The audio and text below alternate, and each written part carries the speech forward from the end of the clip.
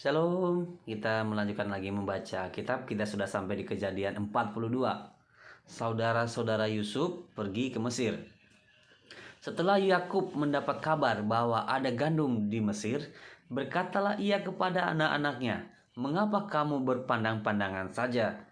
Lagi katanya, telah kudengar bahwa ada gandum di Mesir. Pergilah ke sana dan belilah gandum di sana untuk kita, supaya kita tetap hidup dan jangan mati."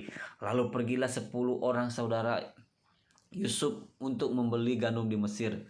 Tetapi Yakub tidak membiarkan Binyamin, adik Yusuf, pergi bersama-sama dengan saudara-saudaranya, sebab pikirnya jangan-jangan ia ditimpa kecelakaan nanti. Jadi di antara orang yang datang membeli gandum terdapatlah juga anak-anak Israel, sebab ada kelaparan di tanah Kanaan. Sementara itu Yusuf telah menjadi mangku bumi di negeri itu. Dialah yang menjual gandum kepada seluruh rakyat negeri itu. Jadi ketika saudara-saudara Yusuf datang kepadanya lah mereka menghadap dan sujud dengan muka sampai ke tanah. Ketika Yusuf melihat saudara-saudaranya, segeralah mereka dikenalnya. Tetapi ia berlaku seolah-olah ia seorang asing kepada mereka. Ia menegur mereka dengan membentak. Katanya, "Dari mana kamu?" Jawab mereka, "Dari tanah Kanaan untuk membeli bahan makanan."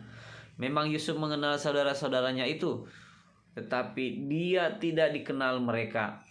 Lalu teringatlah Yusuf akan mimpi-mimpinya tentang mereka. Berkatalah ia kepada mereka, "Kamu ini pengintai, kamu datang untuk melihat-lihat di mana negeri ini tidak dijaga."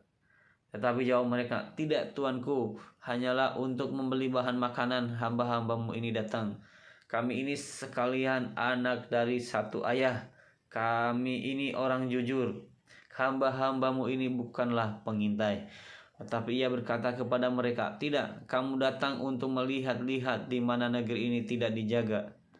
Lalu jawab mereka, "Hamba-hambamu ini 12 orang.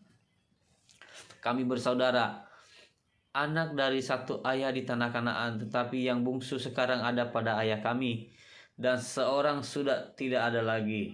Lalu kata Yusuf kepada mereka, "Sudahlah, seperti telah kukatakan kepadamu tadi, kamu ini pengintai. Dalam hal ini juga kamu harus diuji demi hidup Firaun. Kamu tidak akan pergi dari sini jika saudaramu yang bungsu itu tidak datang kemari.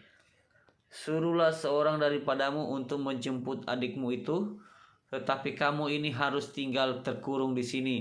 Demikian perkataanmu dapat diuji apakah benar, dan jika tidak, demi hidup Firaun sungguh-sungguhlah kamu ini pengintai."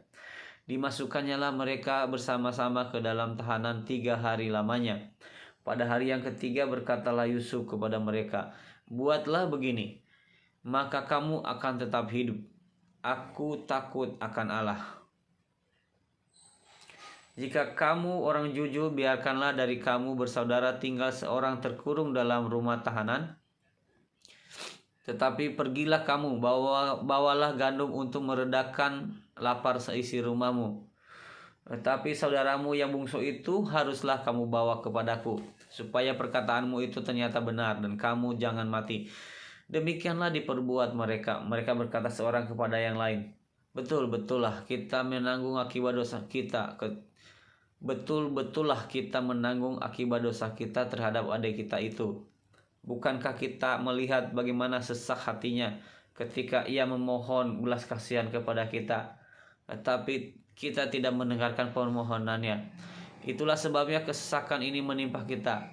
Lalu Ruben menjawab mereka, "Bukankah dahulu kukatakan kepadamu, janganlah kamu berbuat dosa terhadap anak itu, tetapi kamu tidak mendengarkan perkataanku.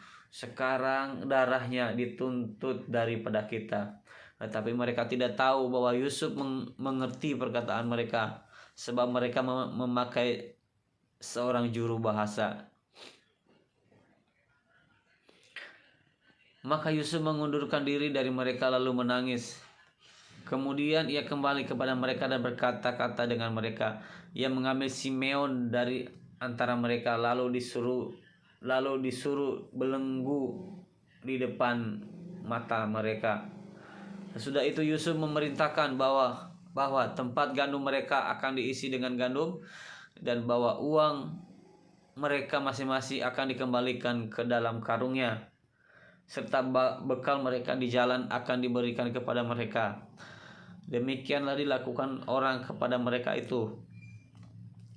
Sesudah itu mereka pun memuat gandum itu ke atas keledai mereka lalu berangkat dari situ. Ketika seorang membuka karungnya untuk memberi makan keledainya di tempat bermalam, dilihatnya lah uangnya ada di dalam mulut karungnya. Katanya kepada saudara-saudaranya, "Uangku dikembalikan. Lihat, ada dalam karungku." Lalu hati mereka menjadi tawar dan mereka berpandang-pandangan dengan gemetar, serta berkata, "Apakah juga yang diperbuat Allah terhadap kita?" Ketika mereka sampai kepada Yakub ayah mereka di tanah Kanaan, mereka menceritakan segala sesuatu yang dialaminya.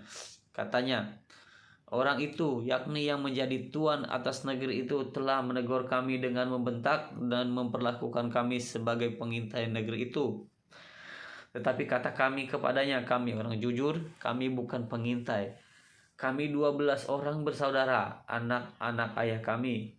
Seorang sudah tidak ada lagi, dan yang bungsu ada sekarang pada ayah kami di tanah Kanaan." Lalu kata orang itu, yakni yang menjadi tuan atas negeri itu, kepada kami, "Dari hal ini aku akan tahu apakah kamu orang jujur. Dari kamu bersaudara haruslah kamu tinggalkan seorang padaku. Kemudian bawalah gandum untuk meredakan lapar seisi rumahmu dan pergilah. Lalu bawalah kepada aku saudaramu yang bungsu itu, maka aku akan tahu bahwa kamu bukan pengintai, tetapi orang jujur. Dan aku akan mengembalikan saudaramu itu kepadamu, dan bolehlah kamu menjalani negeri ini dengan bebas." Ketika mereka mengosongkan karungnya, tampaklah ada pundi-pundi uang masing-masing dalam karungnya. Dan ketika mereka beserta ayah mereka melihat pundi-pundi uang itu, ketakutanlah mereka. Dan Yakub ayah mereka berkata kepadanya, "Kamu membuat aku kehilangan anak-anakku. Yusuf tidak ada lagi, dan Simeon tidak ada lagi. Sekarang Benyamin pun hendak kamu bawa juga. Aku inilah yang menanggung segala-galanya itu." Lalu berkatalah Ruben kepada ayahnya, kedua anakku laki-laki boleh engkau bunuh.